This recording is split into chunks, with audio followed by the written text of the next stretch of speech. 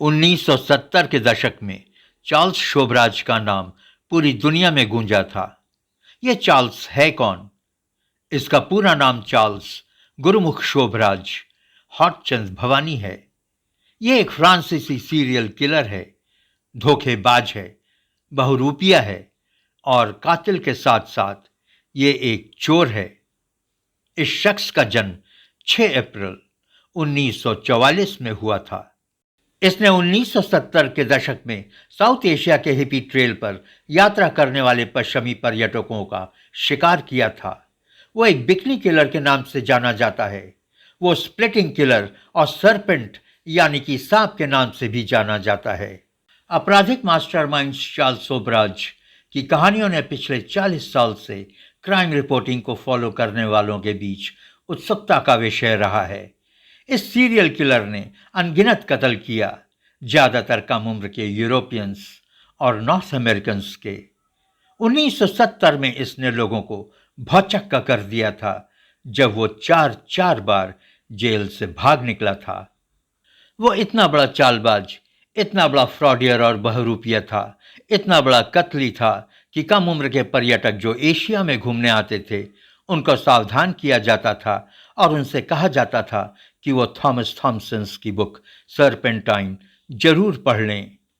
Thomas Thomson's की book serpentine में लेखक ने बताया है कि कैसे शोभराज और उसकी गर्लफ्रेंड मैरी एंड्री अपने मोहक अंदाज से पर्यटकों को कैसे बेवकूफ बनाकर अपने जाल में फंसाता था और कैसे उनको लूटता था और बाद में कैसे उनको मौत के घाट उतार देता था।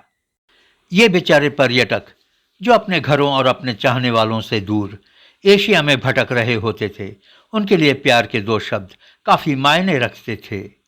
भोजन, पार्टियां और नौकरियों की पेशकश और दोस्ताना व्यवहार से उनको अपने गिरफ्त में लेना काफी आसान होता था, जिसका फायदा शोभराज और उसकी गर्लफ्रेंड ने उठाया। ये मक्कार, जालसाज, कतली और बहरूपिया चार्ल्स अपने आप को किसी सेलिब्रिटी से कम नहीं समझता था। लड़कियां इस पर मरती थीं। एक लड़की ने तो यहां तक कहा था कि शोभराज की आंखें मेस्मराइज करती हैं। इन्हीं सब बातों का फायदा उठाकर दूर दराज से आए हुए पर्यटकों को अपने झांसे में लेता था और उनको लूट कर उनका कत्ल कर देता था। ये एक बहरूपिया था जिसे भेष बदलने में महारत हासिल थी। कहा जाता है कि शोभराज ने अपने जीवन काल में 20 से ज्यादा लोगों की हत्या की।